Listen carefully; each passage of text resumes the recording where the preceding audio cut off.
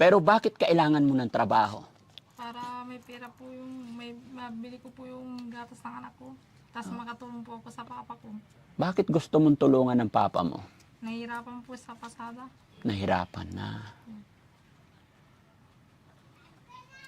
Gaano mo ba kamahal yung tatay mo? Mahal na mahal po. Hindi ko po naabutan kasi sa mama ko kasi nagkasakit po kasi ako.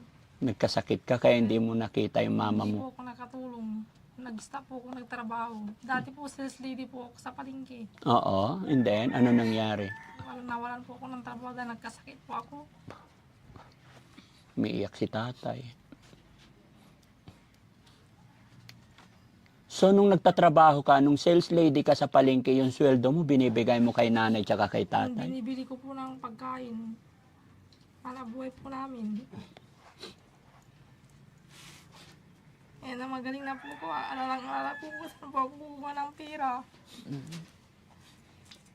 Nag-aalala ka. Huwag kang mag-alala.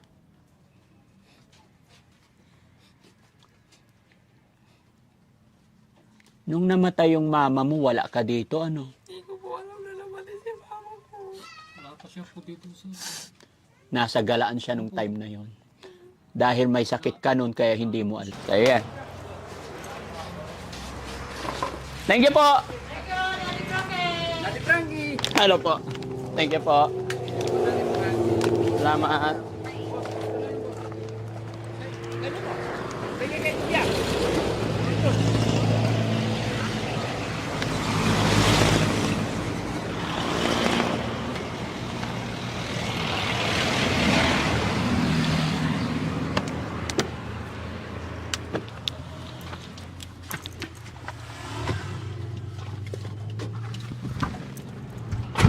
Actually tayo, yung regalo na yan, para sa anak ni Ate Tintin, di ba nung pinasundo kita, na pinapasama ko yung anak niya, bibigay na sana namin yan.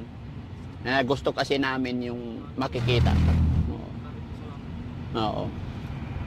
Pero ngayon, okay naman. Para masaya si Ate Tintin. No? Para happy yung anak mo, mapalapit sa'yo yung anak mo. No? Kakausapin mo siya maigi, ah.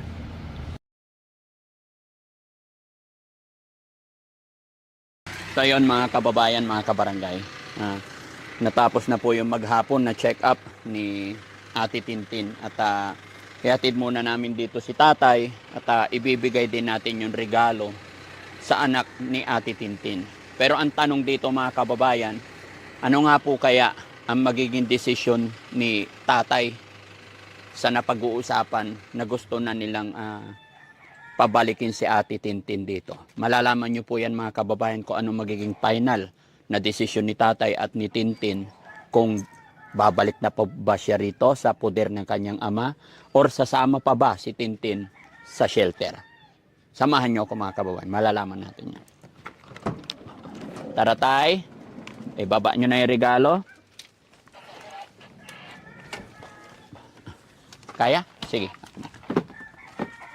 Sige tayo, wakan mo.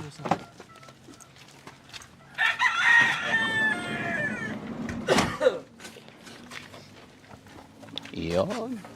Kausapin natin yung apo mo tay. Dito tayo. Dito tayo sa labas din ha. Okay lang? Para makausap. Dito tayo. Ayun pala siya eh. O, tawagin mo. Upo ka dyan. Yung regalo. Halika anak, may regalo si mama sa'yo. Yan. Asaan na yung regalo? Si tatay. Ito, may regalo ni mama. Upo ka dyan. Tabi kayo. Upo ka. Yan. Very good. Upo ka rin, Ate Tin. Si tatay din. Nasaan? Oh, buksan mo, Ate Tin. Isukat mo sa kanya. Ilabas mo isa-isa. Kung kasya ba sa kanya. Wow, dami niyang damit, ha? Oh, tayo ka nga, be, kung kasya sa'yo. Ay, sakto, ano? Okay lang medyo malaki. Basta, uy, maganda? Wow, very good. Happy? Very good. Tsaka ito pa, oh. Dre, anong tawag dito? Maganda, Ate Din? Oh, sige. Ito pa, oh. May pang-ilalim din. Ha? Hop, hop. Sorry. Yan, ganda, di ba? Nice color. Ang galing. Ha? Ang dami. Tapos may ano pa? Panty. Ay, natawa siya. Ba't ka natawa? Siyempre, para may panty. Ano? Very good. Di lang yan. Meron pa. Oh, may pantulog naman. Ang ganda. No? Oh, ang dami, ang ganda. No? At syempre, meron ding ano tawag dito? Yun. No? Pumapasok ka ba? Ay, very good. Anong grade ka na? Ay, grade 3. Appear naman. Very good pala eh. Anong pangalan ni ate? Pangalan mo? Ha? Elizabeth. Ayun. Oh. Anong masasabi naman ni Ate Tintin? Ang daming damit ni Elizabeth. Salamat po, Daddy. Oh. Ang totoo niyan, hindi po kay Daddy Frankie galing yan. Bigay po yan ng sponsor natin. Si Ma'am Jenileta Kilding. No? Dati, nagpadala siya ng 5,712. Naibigay ko na po yung 3,000 kay tatay nakaraan. Kaya ito, 2,700. Binili namin ng damit at saka yung request ni Ma'am Jenileta Kilding na laruan para sa anak ni ate. So, buksan mo. Para sa'yo to. No? Okay? Ay, sorry. Oh. Buksan mo. Tulungan mo, Ate Tin. Ilapag mo muna yung damit yan. Hawakan ni tatay. Tupiin na lang ni tatay mamaya. Ayan, buksan para may laruan din. Actually, nung Christmas yan, bibigay sa'yo. No? Kaya lang, hindi ka nakasama. No? Oo.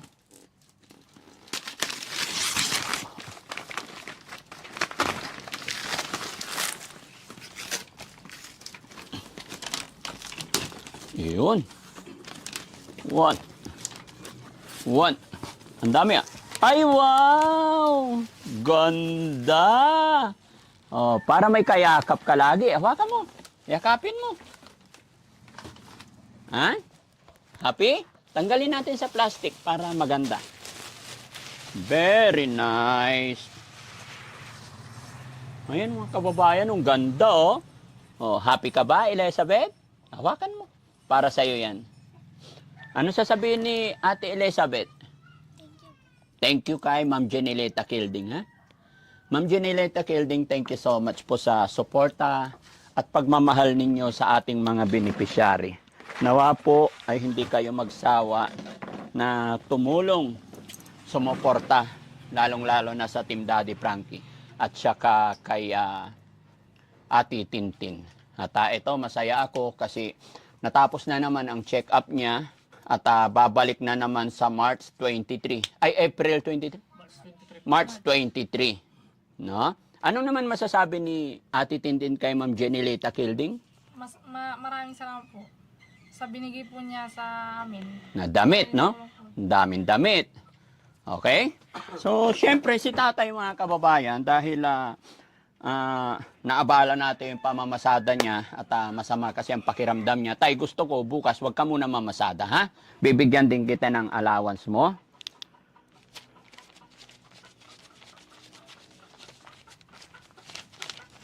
Okay? Para lahat happy. Tay, 5,000. Pero promise, ha? Huwag ka munang mamasada bukas para gumaling yung sakit sa ulo mo, ha? Okay? Happy? Opo. Anong masasabi ni tatay kay Ma'am Jenileta Kilding, nagbigay ng mga damit? Marami pong salamat, ma'am, sa binigay niyo sa amin. Biyaya po. Ako po kayo ng langit po, ma'am. Okay. Tay, gaya ng sinabi ko kanina, kailangan ko talaga yung suporta mo po, support mo sa amin para tuluyan gumaling si Ate Tintin. Tsaka yung sinabi ko, wag po sana tayong mag-isip ng hindi maganda. Wag po tayong makinig sa mga bulong-bulong dahil alam ko bilang magulang, alam kong hindi mo gusto na manumbalik or magkaroon ng problema ulit si Ate Tintin. Although masaya tayo kasi ang laki na ng improvement, ang laki na ng pagbabago, unlike before na talagang nahihirapan kami. At alam kong mahirap din bilang magulang na makikita yung anak na nandyan sa kung saan-saan lugar abutin ng gabi na hindi natin alam kung anong kasiguraduhan or anong pwedeng mangyari, lalo na sa panahon sa buhay ngayon. No? Pero ngayon tayo, gusto kong marinig mismo sa'yo kung ano ang desisyon ninyo po. Kasi alam ko po na nakakapag-usap kayo ni Ate Tintin regarding sa message, pagtitext. Gusto kong marinig po sa inyo. Pero bago mo sagutin tayo, yung paalala ko sa'yo, pag-isipan ninyong maigi yung desisyon ninyo. Alam ko, ikaw ang magulang, alam mo kung ano nakabuti para sa iyong anak. Kaya ang tanong ko ngayon kung yung sinasabi kasi ni Ate Tintin na gusto na raw niyang bumalik dito or hindi ko po alam kung sino sa inyo yung nag-decide noon. Pero syempre, ayaw ko pong pangunahan kayo or what. Dahil gusto ko makatulong lang kay Ate Tintin, lalo na sa inyo. Lalong-lalo na po sa dalawang anak ni Ate Tintin. Kaya tatanungin ko ngayon kung anong desisyon mo, kung ipapasama mo pa ba, tuloy pa ba sa shelter. Ano po ang desisyon mo, Tay? Isasama po siya, sir. Sabi niya sa akin dun sa hospital, sabi niya, Papa, sabi niya, gusto ko nang magtrabaho. Sabi ko, saan ka naman magtatrabaho? Sana sa kay Daddy Frankie. Sabi niya, sabi ko naman, tanong ko kung pwede. Sabi ko, tapos sabi niya sa akin, masakit ang ulo para matulungan kita. Kung pwede na, sana. Kaso, di pa pwede. Magagamot ka pa, kailangan 100% sabi ko. Opo. Kasi sabi niya, ang ganyan daw. Kanina, ang gusto niyang mangyari, gusto na magtrabaho ni Ate Tintin. Kasi kung pwede sa inyo, sir. Mm-mm. Kung kahit tagalinis lang dun sa bahay niyo, sabi niya. Oo. Kung pwede sa inyo, sir. Ate Tin, tatanungin kita, anong plano mo ngayon? Anong gusto mo mangyari? Ano po, mag-apply po sana ako sa inyo. Tagalinis po. Tagalinis, gusto mo na gusto mo na magtrabaho. Opo. Bakit gusto mo magtrabaho kay Daddy Frankie? Para makatulong po. Kanino? Kay Ate Perita sa inyo. Pero syempre, pag sinabing magtatrabaho, kailangan may sweldo. 'Di ba? Magkakaroon ka ng responsibilidad. Ayaw ko naman kasing persahin yung isip mo or katawan mo kasi nga mayroon pa tayong ginagamot, kailangan mo pang mag-inom ng vitamins every night, every morning. 'Di ba? Kasi pag nagkaroon ka ng responsibilidad, ibang usapan 'yon pag sinabing trabaho kasi. Pero bakit kailangan mo ng trabaho? Para may pera po may mabili ko po yung gatas ng anak ko. Tapos makatulong po ako sa papa ko. Bakit gusto mong tulungan ng papa mo? Nahihirapan po sa pasada. Nahirapan na. Gaano mo ba kamahal yung tatay mo? Mahal na mahal po. Hindi ko po naabutan kasi mama ko kasi nagkasakit po kasi ako. Nagkasakit ka kaya hindi mo nakita yung mama Hindi mo. po ako nakatulong. Nag-stop po ako nagtrabaho. Dati po sales lady po ako sa palengke. Oo, and then, ano nangyari? Nawalan po ako ng trabaho dahil nagkasakit po ako. Umiiyak si tatay. So, nung nagtatrabaho ka, nung sales lady ka sa palengke, yung sweldo mo, binibigay mo kay nanay tsaka kay tatay? Binibili ko po ng pagkain. Para buhay po namin. Eh, na magaling na po ko. Alala po ko sa pagkukuha ng pera. Nag-aalala ka. Huwag kang mag-alala.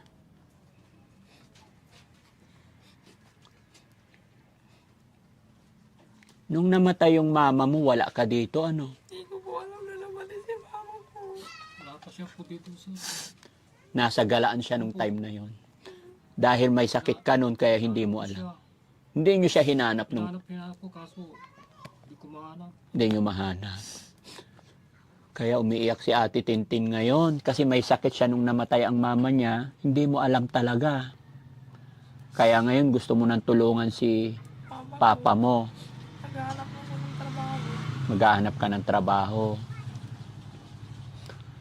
Sige. Pagdating sa mga ganyan, Tin, gagawa ng paraan si Daddy Frankie. Hindi ko iisipin na empleyado ka kasi di pa hinog ang panahon tayo. Pero wag kang mag-alala, Ate Tin. Pag-uusapan namin ni Yaya, pag-usapan namin ni Mami Rochelle kung anong pinaka-the best gawin. Allowance lang naman para makatulong ka sa iyong papa mo at saka anak mo. Gagawa tayo ng paraan. Pero loobin sana ng Panginoon na tuloy-tuloy na yung paggaling mo para pag talagang sinabi na ni Doc na magaling ka na, pwede na magtrabaho, bibigyan kita ng trabaho. No? Pero kung gusto mo naman talaga na iyak din ako, mga kababayan, pagdating sa pagmamahal sa magulang talaga, sabit ang aking kalooban. At nakita ko, mga kababayan, kay Ate Tintin, kung gaano niya kamahal ang kanyang anak, ang kanyang tatay. Ayon sa kanya nga, nung napag-usapan yung nanay niyang namatay, na wala siya, hindi niya alam dahil mayroon siyang pinagdaanan, may sakit siya. Bigla na lang naiyak si Ate Tintin. Ganon din po ang mga kababayan, pag magulang na yung pinag-uusapan, talagang hindi ko kayang labanan yung damdamin ko pag magulang na ang pinag-uusapan. Mahina po ako pagdating sa pamilya, pagdating sa magulang, hindi ko po talaga sila kayang tiisin. Kaya maiiyak ako pag magulang ng pinag-uusapan. Kaya yung problema ni Ate Tintin, napakaliit na bagay, kayang-kaya natin gawa ng paraan yan. Pero so, Tin, ano ang desisyon mo? Doon ka muna sa shelter ngayon. Opo. Very good. Para tuloy-tuloy ka naming mamonitor, pero huwag kang mag-alala. Ngayon pa lang, sasabihin ko na sa'yo, magkano ba gusto mong sweldo pag nasa shelter ka? Ha? Ano po, kahit 3,000 lang po. Sige. Na? Sige. 3,000, 3,000, bibigay natin sa kanila. Opo. Sige. Walang problema, ha? Pero hindi pa natin ituturing na nagtatrabaho ka, ha? Opo. Kasi hindi pa pwede. Pero kung 3,000 lang, kahit 5,000, buwan-buwan habang nandoon ka sa shelter, walang problema. Okay? Para mapanatag ka lang. Kasi mga kababayan, nakuha ko na po yung ponto or gusto nin mangyari ni Ate Tintin. Kaya po pala gusto niya nang umuwi dahil maghahanap ng trabaho para matulungan niya yung kanyang tatay. Ilang taon na po kayo, tay? Ito po sa 52. Yan. Nag-aalala po si Ate Tintin sa kalusugan ng kanyang ama at ng kanyang anak. Naggagatas pa yung anak mo. Anong gatas niya? Ano, Promil po? Ha? Promil. Promil. Oh, okay. Tayo ka maayos na. Tayo. Baka nahirapan ka. Ayan. Mag-aaral ka mabuti, ha? Love na love ka ni mama. No? Mahal mo rin ba yung mama mo? Very good. Siyempre, ano? Okay. So, ayos na tayo, ha? Dati Frankie, pwede po makahingi po ng isang cellphone po. Nasisira na po yung cellphone ni Papa ko. Bigay ko po sana po. Cellphone po. Sige, pag-iisipan ko muna, ha? Sa sunod na balik ko na ulit, ha? Okay. May cellphone yung anak mo. Kay Papa ko po. Ayun yun. Nasisira na po. Sisira na. Sige. Sige. Sunod na balik namin dito, tay, ha? marami pong salamat sir. Okay. So, okay na po tayo. Wala na magiging problema, ha? Magiging behave lang si Ate Tintin, ha? Kasi Ate Tin, tay, wala po talagang hangad or iniisip ang inyong lingkod si Daddy Frankie kundi tuluyang mapagaling talaga. Buti nga po naging ganito ang desisyon ninyo kasi kung talagang dito na mag-i-stay, hindi po ako panatag na mapagpapatuloy yung gamutan niya. Po, sir. 'Di ba? Pero hanggat nandoon sa shelter yan, talagang everyday namomonitor namin. Namomonitor ni Yaya. Paano po si Papa ko, Daddy Frankie, pagka nagkasakit po eh? Ha? Paano po si Papa ko pag... Nandito naman yung mga kapatid mo. At saka lagi naman tayong pupunta dito. Papasyal dito every month. Huwag mong isipin yun.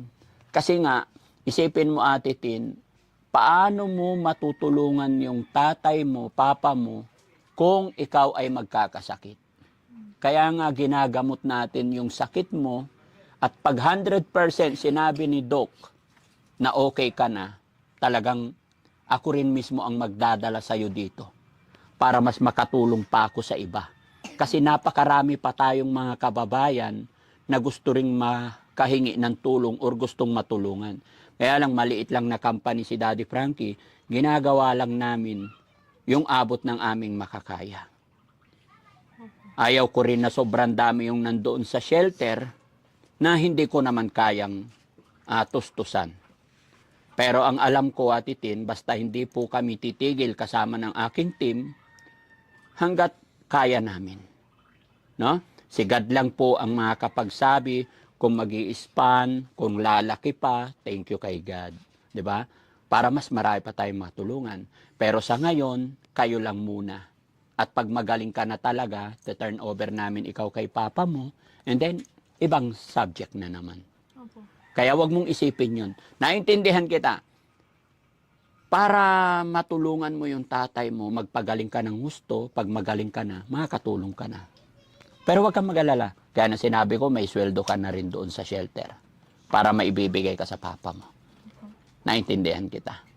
Okay ba yun mga kababayan? Yan, comment nyo po dyan kung ano ang inyong mga suggestion po, kung ano pa yung mas nakakabuti sa pamilya ni Ate Tintin. Diba? Ilan po sila magkakapatid tayo? Bali, 3 po sir. 3. Panganay po siya. Panganay. So, asaan yung dalawa? Yung isa, yung pangalawa, nagtatrabaho sa bakery po sir. Binata pa, dalaga? Binata pa, 2 lalaki. Ah. Isa lang babae po sir. Isa lang, nag-iisang babae. So, yung nandyan na nakita ko kanina, yun yung bunso. O, bunso po yun. Okay. Oh, may dalawa ka palang kapatid. So, habang wala ka, huwag kang mag-alala. Nandyan naman yung dalawa mong kapatid na lalaki. Alam ko naman na hindi nila pababayaan ang tatay mo. At naintindihan ko rin ikaw bilang panganay, bilib nga po ako sa'yo. Saludo ako sa'yo kasi iniisip mo lagi yung tatay mo. Pero, syempre, isipin mo rin yung sarili mo para mas matatag ka, para tumulong sa tatay mo. At the same time, sa dalawa mo ring anak. Kaya lagi kang magpipray, ha? Okay? So, uwi na kami tayo. Sasama na siya. O, bago ang lahat, magpaalam muna tayo sa ating mga viewers. Alam po, sa mga ano po, salamat po. Oo. Sa nagbigay ng toys ng anak mo. Sige po, salamat po. Once again po, Ma'am Janilita Kilding, salamat po sa binigay niyong laruan ng anak ni Ate Tintin at saka mga damit. Ayan, napakaganda po. No? Sige tayo, ikaw na pong bahala. Ah. Po, maraming salamat po sir. Okay, sige, let's go. God bless po sir. Oh, sige tayo ha. Okay, salamat ng marami ha. Okay, halika na Ate Tin. Dito na lang. So, yon mga kababayan, mga kabarangay, maraming salamat sa Panginoon. At aabante na po tayo sa bahay natin sa Malasiki. No? Abante na po tayo sa bahay. At salamat, naging maayos na po kami ng papa ni Ate Tintin. Naging okay na ang lahat. Yun lang po pala ang naging problema nila. Nag-iisip sila, lalo na kay Ate Tintin, about sa kanyang tatay, sa kanyang allowance. Kaya ginawa natin ang paraan habang nandito po si Ate Tintin sa atin, ay bigyan natin ng allowance para may pambigay siya sa gatas ng anak niya. Maraming salamat po. Magandang gabi po sa inyong lahat mga kababayan. Saan man po kayo naroroon, mag-iingat po tayo. Mga kababayan natin OFW, mga kababayan natin nasa ibang bansa. Lalong-lalo na rin po sa ating mga sponsor, kay Ma'am Janilita Kilding, sa Team Rise Above, MK, Inday Okray TV, Philippine 888, ayan, kay Miss California. Maraming salamat po. Lahat po nang nagpapadala through GCash, salamat din po sa inyong lahat. Mabubuhay po tayong lahat. Bye-bye, Ate Tin.